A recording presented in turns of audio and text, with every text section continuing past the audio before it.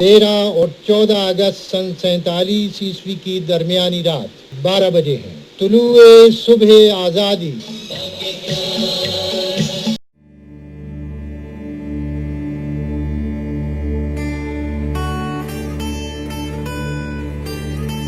آپ کا مذہب کیا ہے؟ ذات کیا ہے؟ قوم کیا ہے؟ اس کا حکومت کے معاملات سے کوئی تعلق نہیں. آپ آزاد ہیں، آزاد رہیں.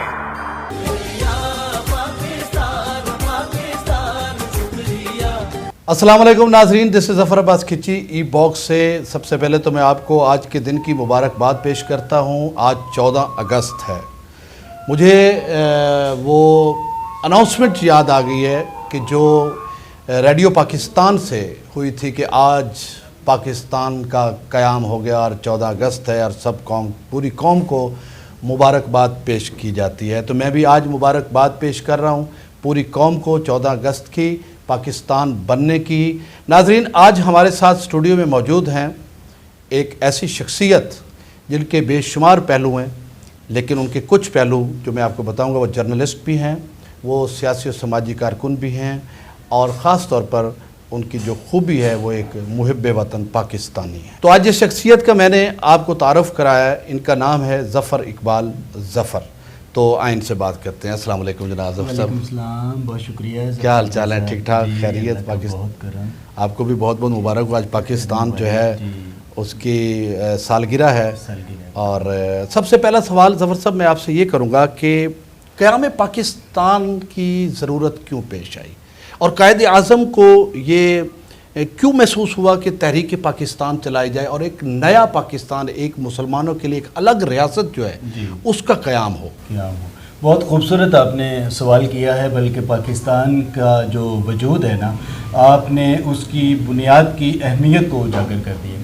ظفر بھائی، آپ اگر موجودہ حالات میں کشمیر کو دیکھ لیں تو وہاں پہ جو مسلمانوں کے اوپر مظالم ہو رہے ہیں نا، یہی وہ نمونہ تھا جو قائد اعظم محمد علی جناح کو 1947 سے پہلے مسلمانوں کے ساتھ ایک تعصب شدہ قوم کے طرز عمل میں نظر آتا تھا کہ یہ مسلمانوں کو اپنی مذہبی آزادی نہیں دیتے. کچھ ایک ایسے حلقے موجود تھے ہندوؤں کے اندر جو مسلمانوں کے ساتھ گزارا کرنا اپنی توہین سمجھتے تھے، اور وہ سمجھتے تھے کہ ہندوستان صرف ہندوؤں کا ہی ہے اور کسی قوم کا اس میں کوئی حق نہیں ہے. حتیٰ کہ اس زمین کو بھی آباد کرنے کے لیے مسلمانوں نے ایک بہت لمبی چوڑی قربانیاں بھی دی ہیں. اس زمین کی بنیاد میں بھی مسلمانوں کی قربانیاں موجود ہیں. مجھے یاد ہے کہ مسلمانوں کے لیے یہ جگہ اتنی تنگ کر دی گئی تھی، جو جس طرح میں تاریخ کے حوالے سے میں نے پڑھا ہے، کیونکہ پہلے مسلمانوں کی حکومت رہی ہے بہت عرصہ، اور اس سرزمین پہ بہت سے لوگ آئے، انہوں نے اس سرزمین کو لوٹا، اس سرزمین پہ بسنے والے لوگوں کا خون بہایا. اس کے بعد مغلیہ دور کی حکومت آئی. مغلیہ دور کے بعد جب انگریز آیا تو انگریز نے جو ظلم مسلمانوں پہ ڈھائے، اس کے پیچھے ظاہراً ہندوازم بھی تھا، کیونکہ ہندو اور انگریز کے جو ان کی مذہبی وہ تھی وہ ملتے تھے، ٹھیک ہے نا. تو مسلمان ان سے بالکل الگ تھے. مسلمانوں کے لیے اتنی تنگ کر دیا گیا تھا، نوکریاں نہیں ملتی تھیں ان کو، مقصد ہے کہ نیچ قوم سمجھا جاتا ہے، کیونکہ انگریز ظاہر مسلمانوں سے انگریزوں نے حکومت حاصل کی. بالکل ایسا ہی ہے. تو اب دوبارہ وہ ان کے اوپر تو بھروسہ کرنے والے ہاں، ہندو پہلے مقصد ہے کے خلاف تھا. تو یہ دو جو مخالف تھے یہ اکٹھے ہو گئے اور مسلمانوں کے لیے عذاب بن گئے. تو پاکستان کا قیام جو ہے وہ ایک کلمے کی بنیاد پہ ہوا، جیسا کہ ہم نے اکثر سنا ہے کہ لا الہ الا اللہ محمد رسول اللہ. اس بنیاد پہ پاکستان کی بنیاد رکھی گئی.